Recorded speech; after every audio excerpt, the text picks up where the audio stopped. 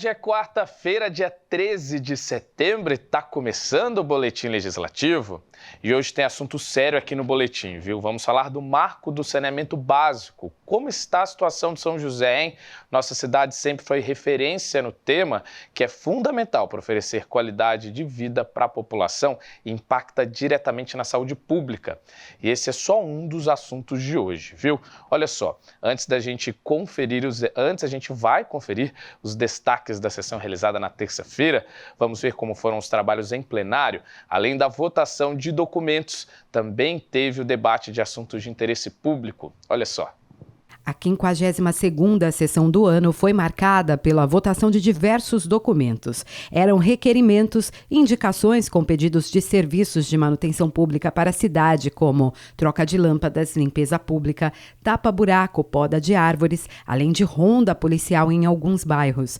Outra reivindicação dos vereadores era para garantia de atendimento na área da saúde à população. Já no Pinga Fogo, período em que os vereadores vão à tribuna para debater assuntos de interesse público, os principais temas abordados foram fiscalização, mobilidade, regularização de bairros e saúde. O primeiro orador, o vereador Marcelo Garcia, comentou sobre o desfile do 7 de setembro, que contou com a participação de fiéis da Igreja do Evangelho Quadrangular. Em fotos, o parlamentar parabenizou todos os que desfilaram e defendeu o papel da instituição no acolhimento da população em situação de vulnerabilidade. Já o vereador Tomás Henrique criticou a situação de uma obra que estaria abandonada na cidade, no bairro Parque Industrial. Segundo o parlamentar, ele tem recebido denúncias dos moradores de que o local está sendo foco de criminalidade e animais peçonhentos. Nesse sentido, Tomás defendeu a necessidade de transparência nas obras públicas da cidade e em todas as ações do poder público. Outra parlamentar a usar a tribuna foi a vereadora Amélia Naomi, que também apresentou denúncias de moradores sobre problemas de infraestrutura e no transporte público do loteamento Capão Grosso. Uma reportagem foi exibida em plenário mostrando dificuldades enfrentadas pela população. Segundo a Amélia, o problema estaria na falta de regularização do bairro. Na tribuna, o vereador Dr. José Cláudio usou o período de pinga-fogo para tratar de questões partidárias. Ele esclareceu apontamentos sobre sua participação no PSDB e a postura que tem levado para fiscalizar os problemas na cidade.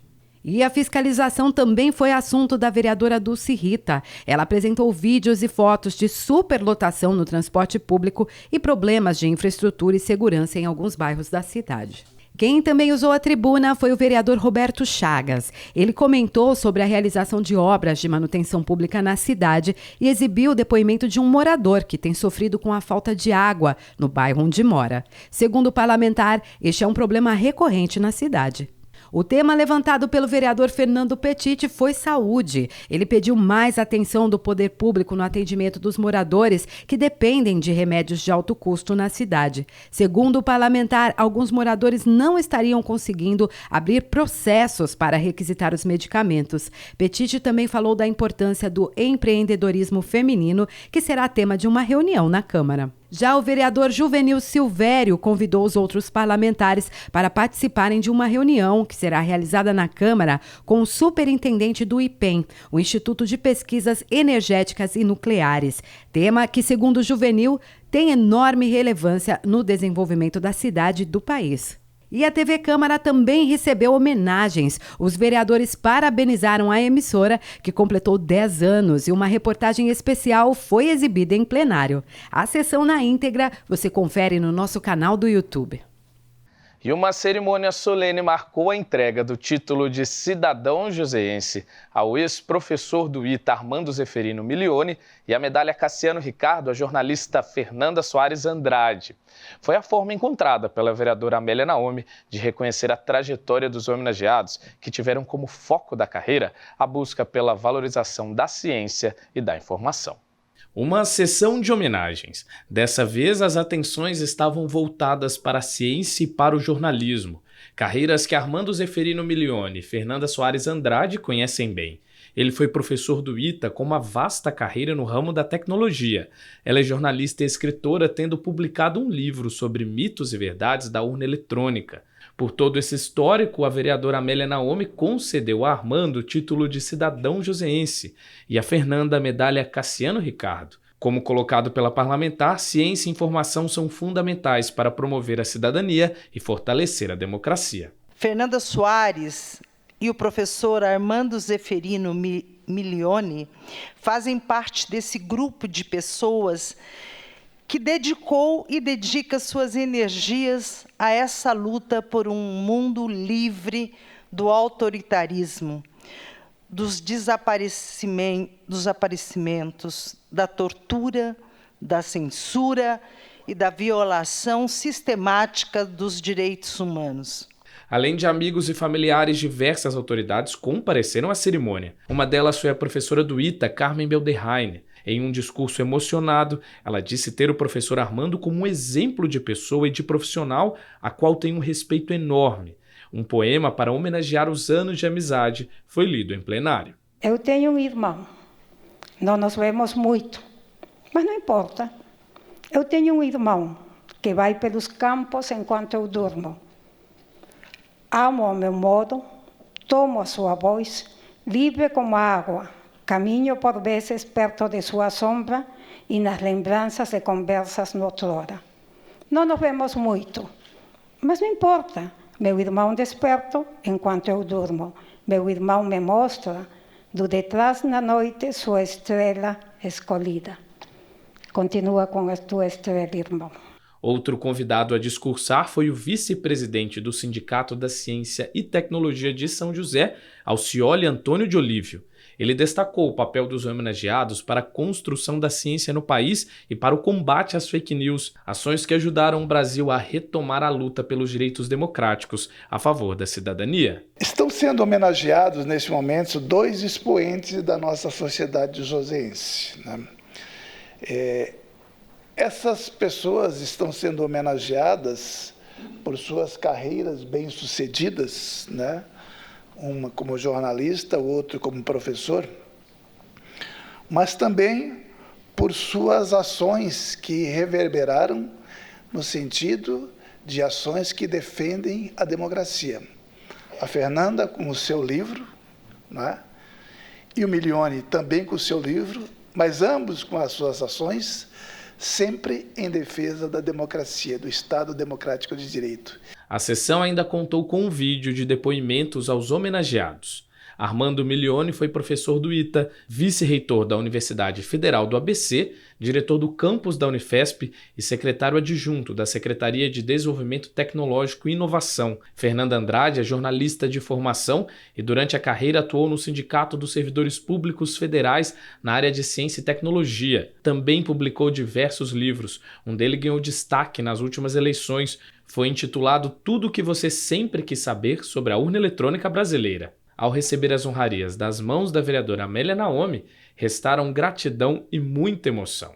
Como comentado pelos homenageados, a cerimônia simboliza o reconhecimento de todo um trabalho voltado para a ciência e para a educação, ferramentas essenciais para transformar uma sociedade. Todos vocês que estão aqui e muitos dos que não puderam comparecer contribuíram de alguma forma com o sucesso do livro da urna, seja comentando sobre ele ou compartilhando o link para o download. Então, a medalha Cassiano Ricardo que eu recebo hoje é nossa. Essa homenagem é fruto de um trabalho feito por todas as pessoas que aqui estão e as pessoas citadas. Nós fizemos um bom trabalho. Queria agradecer em especial a vereadora Amélia, claro, e queria dizer, Amélia, que eu tenho orgulho de compartilhar com você, com o Carlinhos, visões de mundo, de sociedade, de justiça social. Fernanda, Fernanda, meus dedos estão cruzados. Teu livro há de receber o reconhecimento que merece, você sabe do que eu estou falando. Se um livro da editora Síntese-CT receber o reconhecimento que merece, tem que ser o seu, pela importância nacional que seu livro tem. Meus dedos estão cruzados, tá? E é uma honra para mim estar aqui do seu lado hoje. Agora o assunto é emprego aqui no Boletim. Se você está em busca de uma oportunidade, agora é a hora. Vamos dar uma olhada nas vagas de trabalho disponíveis no PAT de São José? É só conferir a agenda de serviços.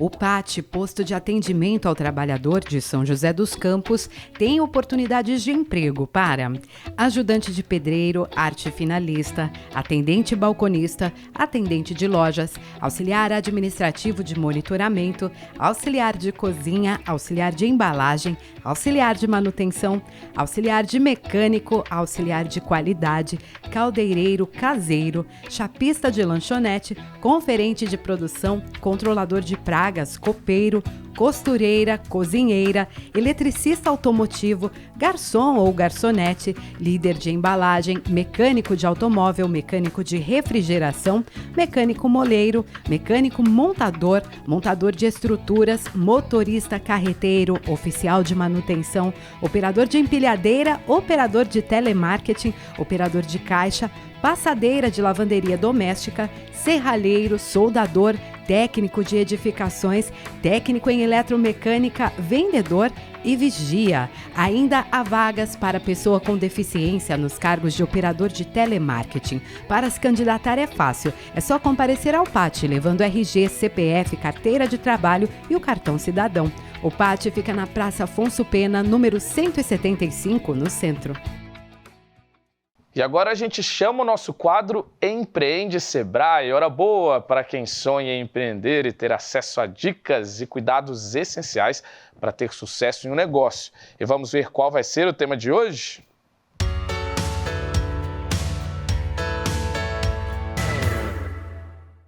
Olá, eu sou a Priscila Tanihara, analista de negócios do Sebrae, e hoje estou aqui para falar como que o Sebrae pode ajudar quem já tem uma micro ou pequena empresa, né? Nós, do Sebrae, aqui de São José dos Campos, atendemos toda a região do Vale do Paraíba, mais o litoral norte, e temos diversas consultorias, acompanhamentos personalizados, assessorias até que nós podemos oferecer aí para quem já tem a sua micro ou pequena empresa.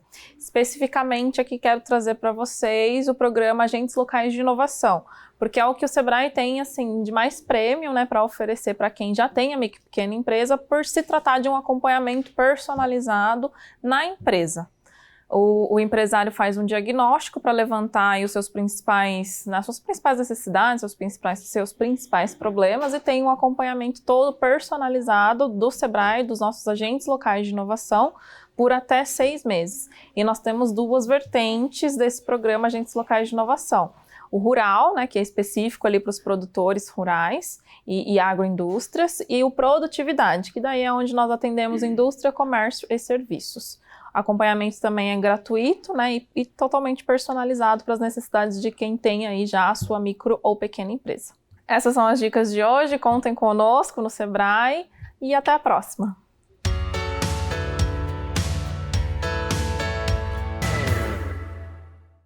E foi em 2020 que o governo aprovou um novo marco do saneamento básico. Ao longo desses 3 anos, o nosso país ainda está longe de alcançar os índices previstos, que é a oferta de água potável a 99% da população e a coleta de esgoto em pelo menos 90% dos domicílios. Um desafio, já que apenas 56% das casas brasileiras estão ligadas à rede de esgoto. Bom, isso acende um alerta, viu? Nós fomos apurar dados aqui da nossa região para saber, né, que São José sempre foi exemplo em saneamento básico. Mas continua assim? Aproveitamos também para mostrar porque é tão importante falar de saneamento. O acesso à água potável e tratamento de esgoto parece ser um serviço garantido no dia a dia, mas não é. No país, são muitas as comunidades que não têm esse acesso, tanto que o Brasil tem um compromisso chamado de Marco de Saneamento. É um conjunto de metas para garantir que pelo menos 90% da população tenha coleta de esgoto e água limpa em casa, direitos fundamentais. Nós temos ainda no Brasil 110 mil quilômetros de rios poluídos. E a grande parte dessa poluição dos rios é devido à ausência do tratamento de esgoto. Saneamento é saúde. Além disso, nós temos perdido biodiversidade, espécies, por exemplo. Como é que ficam as comunidades ribeirinhas que dependem dos peixes para a sua sobrevivência? Né? Inclusive do ponto de vista até profissional.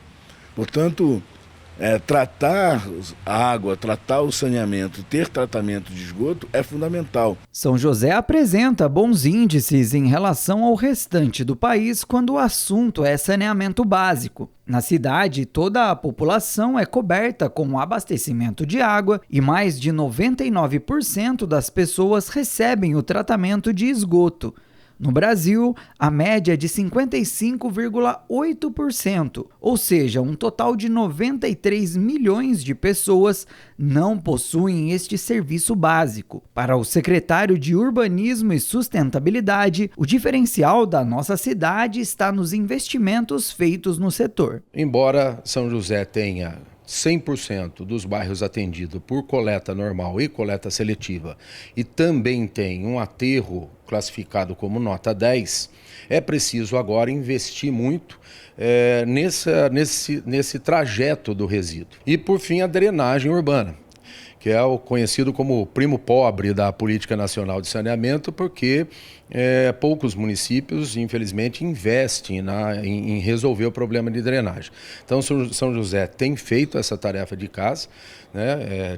Já temos o nosso plano diretor de macro drenagem, e agora estamos desenvolvendo. São José será uma das primeiras cidades do país que terá o seu plano diretor de infraestrutura verde e soluções baseadas na natureza. E quando o assunto é saneamento, São José tem um desafio: a regulamentação de bairros. Núcleos considerados irregulares não recebem obras públicas e isso afeta o acesso aos serviços básicos. Para auxiliar quem mora nesses locais e cobrar ações efetivas do poder público, a Câmara chegou a criar uma frente parlamentar para debater o tema. A ideia é acelerar a regulamentação de núcleos já estabelecidos. A regularização, toda ela é feita pelo setor da prefeitura, tá certo? E a gente está aqui para contribuir votando a lei que o prefeito necessitar que a gente vote para a gente adequar essas situações irregulares. Eu acho que a prefeitura precisa, de fato, fazer um esforço nesse sentido para a gente trazer aqueles bairros que não estão regularizados para regularidade e assim a gente chegar com a infraestrutura que a comunidade ali já existente no local merece ter. E para os próximos anos, uma das metas da cidade é ampliar serviços como a compostagem para fortalecer a política de resíduos sólidos. A proposta é criar soluções voltadas para a sustentabilidade e qualidade de vida, ações fundamentais que reforçam o papel do saneamento básico. Este é um assunto de interesse nacional, já que ter água e esgoto tratados impacta na prevenção de doenças, redução da mortalidade infantil, melhoria de índices de desenvolvimento e até mesmo na empregabilidade. Sem dúvida nenhuma, ficar sem saneamento, sem água, né? A cada investimento de R$1 em saneamento significa que você está economizando R$4 em saúde, né? Saneamento significa saúde. Quando você tem investimentos em saneamento, você diminui, né, os reflexos, principalmente em saúde pública. Então, isso é uma condição essencial. Saneamento é condição essencial para uma cidade inteligente, resiliente e sustentável. E outro marco que tem sido bastante discutido no país é o Marco Civil da Internet, criado para definir regras e leis para o universo digital. Ultimamente, o grande debate está na criminalização das fake news, tema que tem rendido polêmica, tanto que o Congresso enfrenta um impasse para votar o chamado Projeto das Fake News. Por isso, no nosso quadro Boletim Entrevista, o Samuel Strasser conversou com um especialista que vai nos ajudar a entender sobre esse universo e sobre a gravidade das notícias falsas.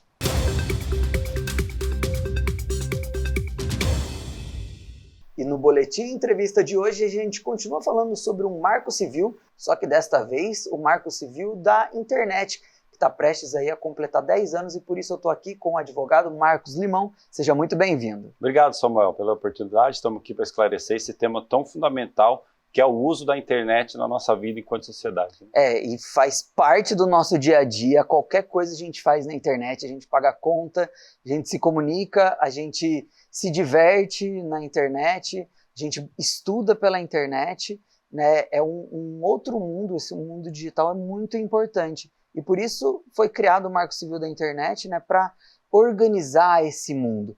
Mas eu acho que para o pessoal entender bem o que seria esse Marco Civil, quais são as regras, como ele nasceu e por que ele é tão importante?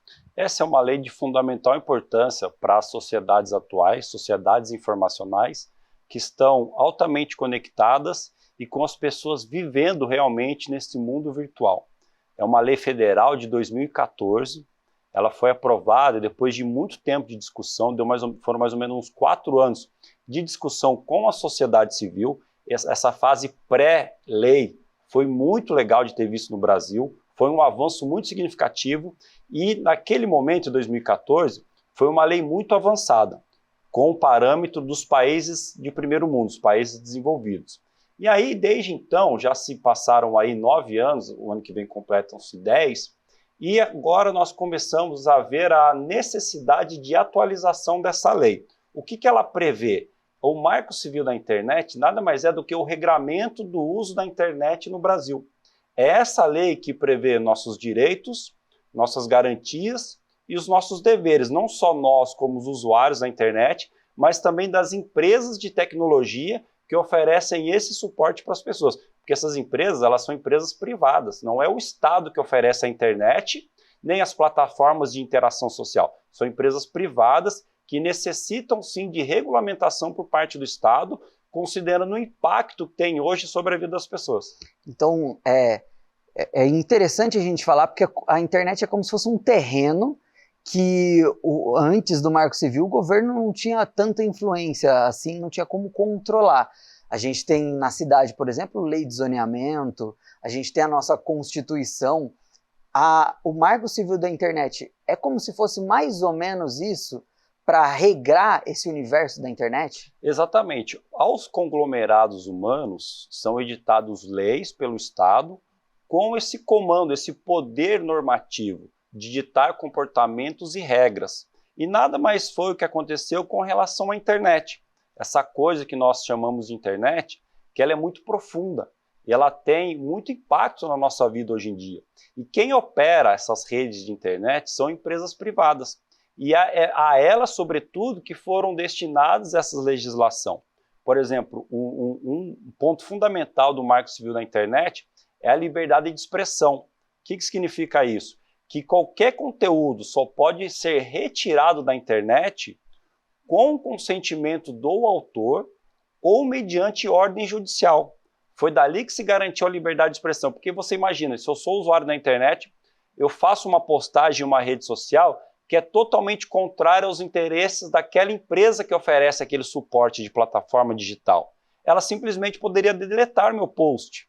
Com essa garantia da liberdade de expressão, não. Ela só pode fazer isso com o meu consentimento ou mediante ordem judicial. E eu acho que a gente entrou num ponto importante, essa questão da liberdade de expressão na internet, né, que é a gente poder falar aquilo que, né, as pessoas podem falar o que quiserem. Porém, né, muitas pessoas podem cair aí em situações de fake news, encontrarem fake news aí pela internet, que é algo que é muito prejudicial. A gente falou sobre a atualização da lei, é um ponto que está sendo discutido nesse momento, né, a PL das fake news. Sim, é importante que se diga para as pessoas que a internet não é uma terra sem dono. Lá, tudo que é feito lá é monitorado e as pessoas são responsabilizadas. É importante dizer isso pela disseminação de notícias falsas, pela disseminação de notícias caluniosas ou difamatórias contra outras pessoas, né? O que se verifica é uma necessidade de atualização e aprimoramento dessa lei que já foi editada há 10 anos.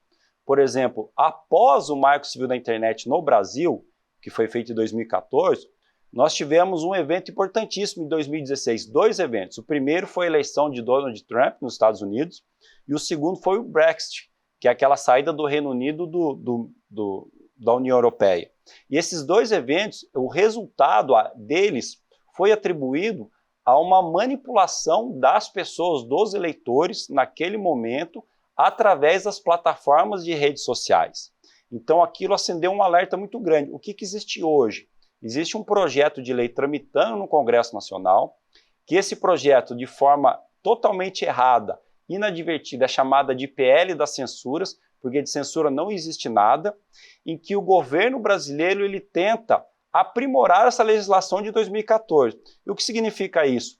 Impor às empresas de tecnologia, que nós chamamos de Big Techs, mais obrigações do que elas já têm hoje, principalmente em questão à regulação de conteúdo, né? Porque hoje a liberdade de expressão, que é garantida em 2014, ela não é um direito absoluto. Ela encontra freios, limites, a partir do momento que ela começa a afrontar outros direitos tão importantes quanto. Só que a gente tem percebido no dia a dia que, como empresas privadas que têm os seus objetivos, elas muitas vezes têm deixado de lado essa moderação de conteúdo, porque é através da polêmica, é através da disseminação da discórdia que essas empresas garantem o principal know-how, o principal objetivo dele, que é manter a audiência do público. Entendi.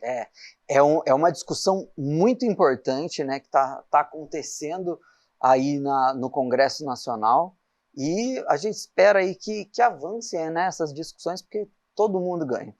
Marcos, muito obrigado pela sua participação, seja sempre muito bem-vindo aqui. Eu agradeço, estou à disposição para mais esclarecimentos. É isso aí, voltamos aí para o estúdio.